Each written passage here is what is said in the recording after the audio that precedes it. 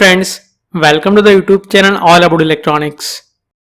So in this question, we have been asked to find the responsivity of the photodiode, and for that we have been given the quantum efficiency as well as the wavelength of the incident light. Now for the photodiode, the responsivity can be given by the following expression, where eta is the quantum efficiency, E is the charge of the electron, and lambda is the wavelength of the incident light.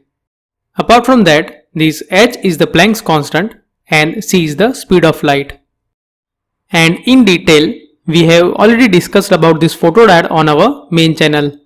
So for more information, you can check that video. Now here, this Planck constant, the charge of the electron and the speed of light are the constants.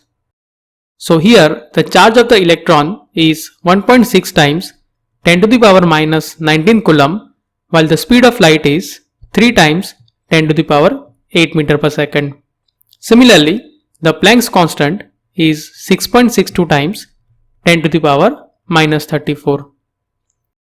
So if we put the values of all three constants in this expression, then we can write this expression as eta times lambda divided by 1.24 times 10 to the power minus 6. Or we can say that this responsivity is equal to eta times the wavelength in the micrometer divided by 1.24.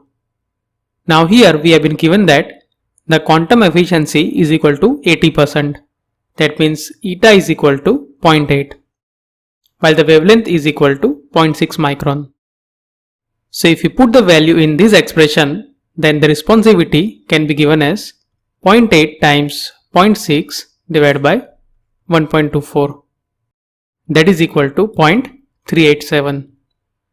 That means we can say that for the given photodiode, the responsivity is equal to 0.387, and hence A is the correct answer.